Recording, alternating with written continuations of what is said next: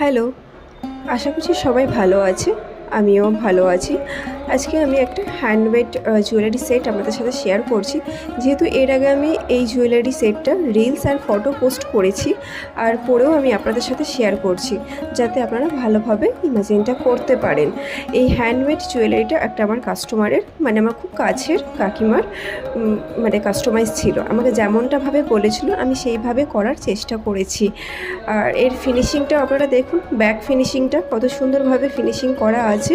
Leheriya chain আর নিচে লেহেরিয়া আর হচ্ছে কুন্দন দিয়ে আমি এটা রেডি করেছি, আর গোল্ড অক্সিডাইজের আছে। যদি আপনাদের কারোর পছন্দ হয়ে থাকে আমাকে ইনবক্স করবেন, এর কালার অ্যাভেলেবেল আছে, পেয়ে যাবেন।